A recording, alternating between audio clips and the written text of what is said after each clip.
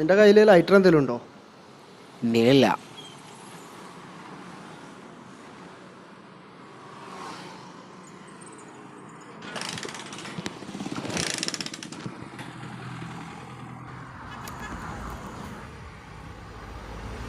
ഇത് ശരിയാവും തോന്നുന്നില്ല. സമയം എത്രയായി? 8:20.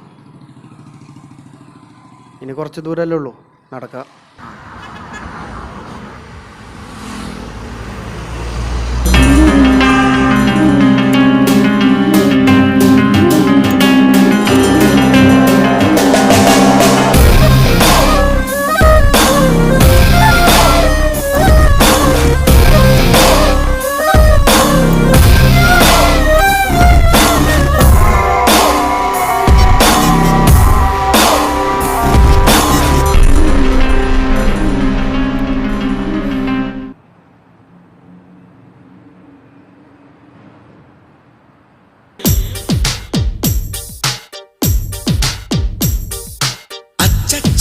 பொன்னகை ஆழ்த்தின்னும் பொன்னகை கைக்குட்டையில் நான் பிடித்து கையோடு மறைத்துக் கொண்டேன்.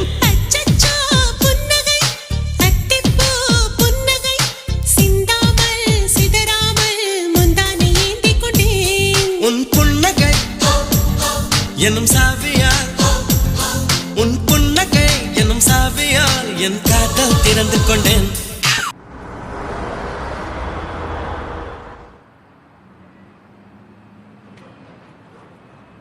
റാം, നീ എന്താ ഫോൺ വിളിച്ചിട്ട് എടുക്കാതെ?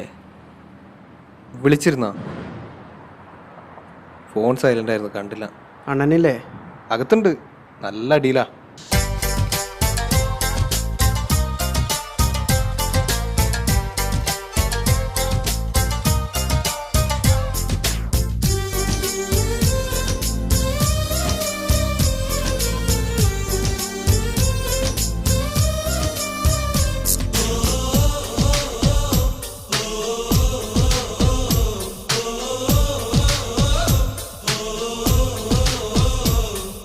வார்த்தை காதலை சொன்னாய், என் வாலிபம் நனைந்ததடி. உன்னை கலந்த பின் நான் சென்று குளித்தால் கடல் குடிநீர் ஆகுமடி. கவிதை இது கவிதை, இன்னும் கற்பனை செய்வோமா? உயிரை இடம் மாற்றி நம் உதடுகள் சேர்ப்போமா? അമ്മമ്മ 8 മണിക്ക് വരാൻ വേണ്ടി ഇപ്പോഴാണ് വരുന്നത്? അതണ്ണാ, വരുന്ന വഴിക്ക് വണ്ടി അവിടെ വെച്ച് കംപ്ലൈൻ്റ് ആയി. ഞാൻ വിളിപ്പിച്ചെന്താ വെച്ചാൽ ആ ശങ്കറിൻ്റെ പൈസ കിട്ടിയോ? ഇല്ല. ഇല്ലേ? ഇന്നല്ലേ തരാമെന്ന് പറഞ്ഞേ. സാധനം എത്തിച്ചിട്ട് 4 ദിവസമായി. നിങ്ങൾ പോയിട്ട് ആ പൈസ വാങ്ങിയേരി. ഇപ്പോഴോ? ആ, ഇപ്പോൾ ആളാ കൂടുതലുണ്ടാവും. വേഗം ചെല്ലേ. അല്ലെങ്കിൽ വേണ്ട, ഇന്ന് നിങ്ങളിങ്ങോട്ട് വരണ്ട. പൈസ കയ്യിൽ വെച്ചേക്ക്, രാവിലെ വന്നാൽ മതി. ആ, പിന്നെ നിങ്ങൾക്ക് ആർക്കെങ്കിലും പാട്ട് പാടാനോ കഥ പറയാനോ അറിയോ? പാട്ടും കഥയോ? 2 അടിച്ചു കഴിഞ്ഞാൽ ഇയാൾക്ക് പാട്ടോ കഥ കേൾക്കേണ്ടി വരും. അതന്നെ ആരെങ്കിലും പാടിയും പറഞ്ഞു കൊടുക്കും വേണം. കഴിഞ്ഞ ദിവസം സജിത്തിനെ കൊണ്ട് രാവിലെ വരെ പാട്ട് പഠിപ്പിച്ച്. രാവിലെ വരെയോ? എന്താടാ? ഒന്നുമില്ല അണ്ണാ, അണ്ണനിപ്പോൾ ഒരു കഥ കേട്ടാ പോരെ, അതിൻ്റെ ഒരു വഴിയുണ്ട്. എങ്ങനെ? തിരക്കഥാകൃത്തല്ല പുറത്ത് നിൽക്കുന്നേ, ഞാൻ ഇപ്പോൾ വിളിച്ചോണ്ടരാ. ആര്? റാം.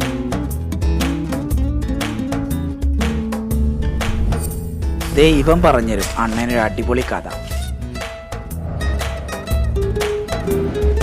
എന്നാ ഞങ്ങൾ പോട്ടെ.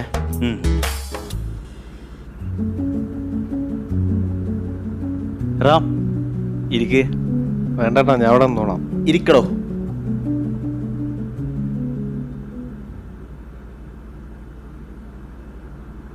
നീ കഥയൊക്കെ എഴുതുന്ന അവന്മാർ പറഞ്ഞു, ശരിയാണോ?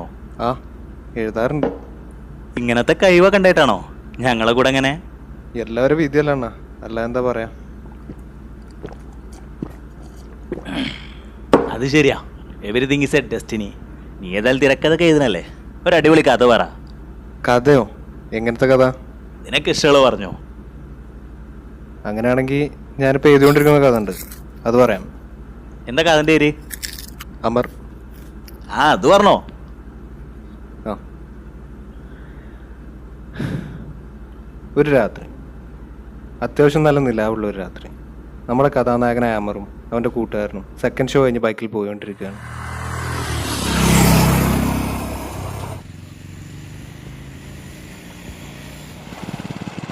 നീ എന്തിനാ തിയേറ്ററിൽ വെച്ച് അവന്മാരായിട്ട് പ്രശ്നം ഉണ്ടാക്കിയേ?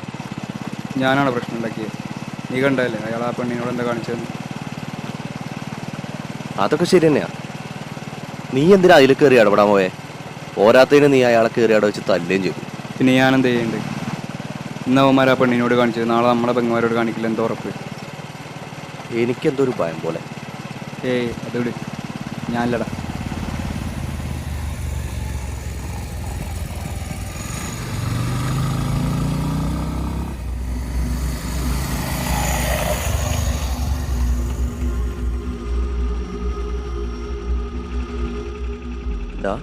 ഇത് അവന്മാരാണല്ലോ.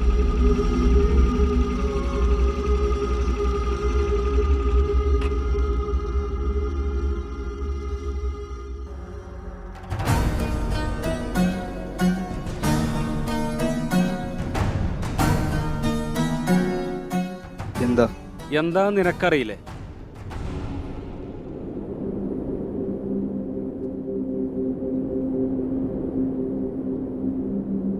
നിനക്കൊക്കെ സിനിമയ്ക്ക് വന്ന സിനിമ കണ്ടു പോയാ പോരെ, എന്തിനാ മറ്റുള്ളവരുടെ കാര്യത്തിൽ കയറി ഇടപെടാൻ നിൽക്കണ്? തെറ്റാണ് തോന്നി ഇടപെട്ടു. ഓ, അപ്പൊ നിനക്ക് തെറ്റാണെന്ന് തോന്നിയാൽ നീ എന്തിലും കയറി ഇടപെടും. നീ അവിടെ പബ്ലിക്കായി തല്ലിയതാരാണെന്ന് നിനക്കറിയോ? ഞങ്ങളെ നേതാവിനെ കൈവച്ചങ്ങ് പോയാ ഞങ്ങൾ വെറുതെ വിടുന്ന് വിചാരിച്ചോ? നീ നിങ്ങളെന്ത് ചെയ്യും? എന്ത് ചെയ്യുന്നോ? പല പൊലയടി മോനെ. വേണ്ട.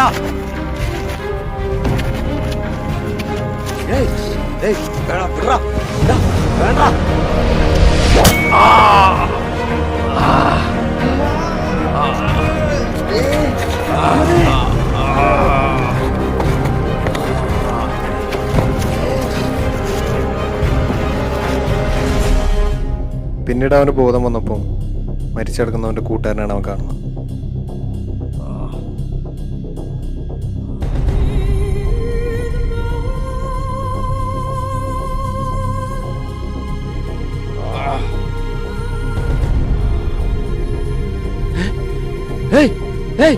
ജീവ ജീവ ജീവ ജീവ ജീവ എടാ ജീവ, എനിക്ക് ജീവ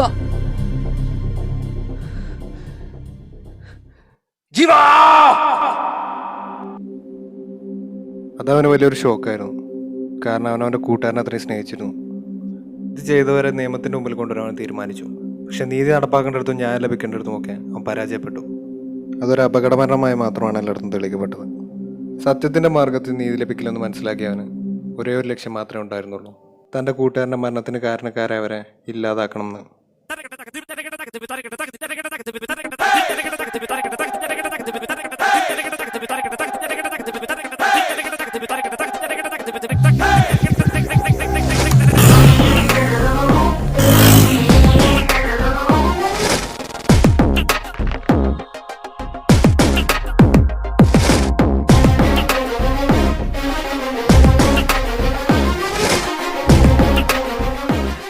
പിന്നീട് അവൻ ആ 3 പേരെ നിരീക്ഷിക്കാൻ തുടങ്ങി.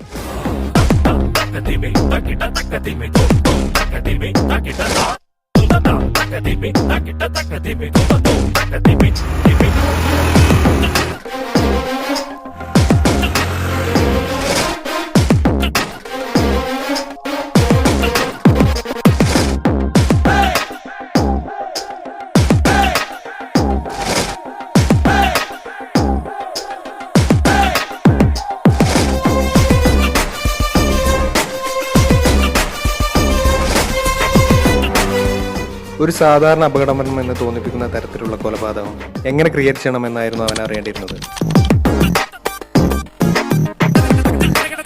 അതിനായി അവന് പല കൊലപാതക കേസുകളും ക്രൈം സ്റ്റോറികളും സിനിമകളും എല്ലാം സഹായകമായി.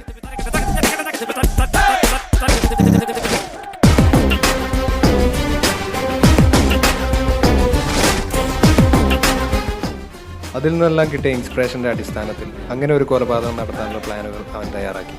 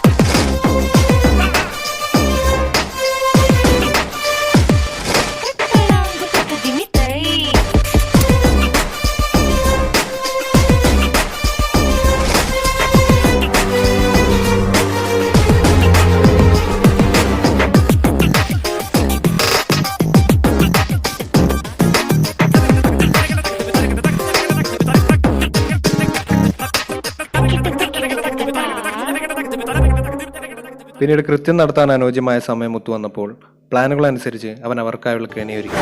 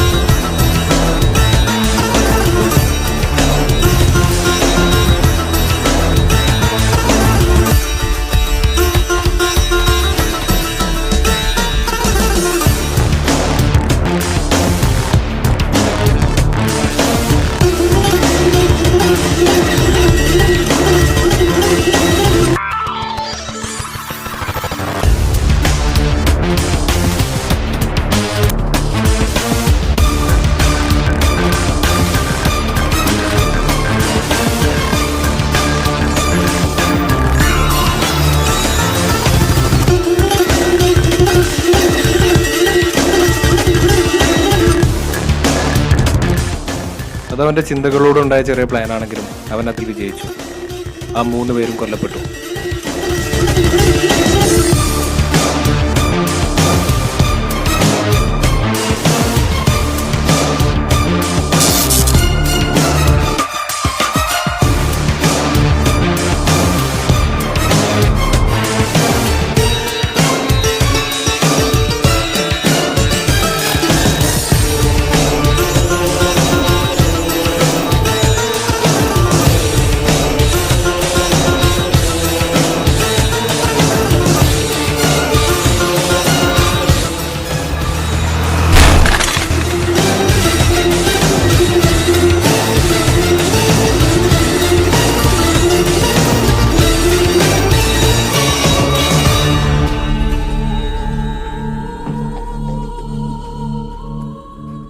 ഇവിടം വരെയാണ് കഥ എഴുതിയത്.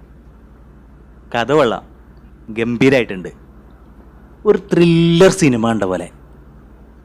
ഇനി എന്താ, കഥ ഇവിടെ അവസാനിച്ചോ? ഇല്ല, ക്ലൈമാക്സോട് ബാക്കിയുണ്ട്. ക്ലൈമാക്സ്?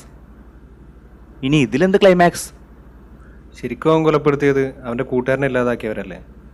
അവരാരോ പറഞ്ഞയച്ച് വെറും പടയാളികൾ മാത്രമല്ലേ. അവരുടെ പടത്തലവനെ തൊട്ടതിനാണല്ലോ അവരുടെ കൂട്ടുകാരനെ കൊന്നത്. അപ്പം ശരിക്കും കൊല്ലണത് ഈ പടത്തലവനല്ലേ. അപ്പോൾ ഇതിനൊക്കെ കാരണക്കാരനായ അവരുടെ നേതാവിനെ കൊല്ലുന്നതാണ് ക്ലൈമാക്സ്. അതെ, അതാണ് ക്ലൈമാക്സ്. അപ്പം അയാളെങ്ങനെ കൊല്ലും? ആ 3 പേരെയും കൊന്ന അതേ പാറ്റേൺ തന്നെ? അല്ല. പിന്നെങ്ങനെ? ഇങ്ങനെ, ഇതുപോലെ.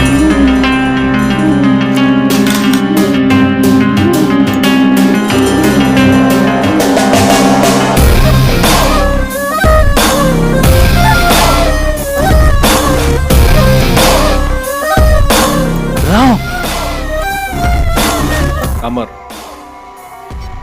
Everything is A test.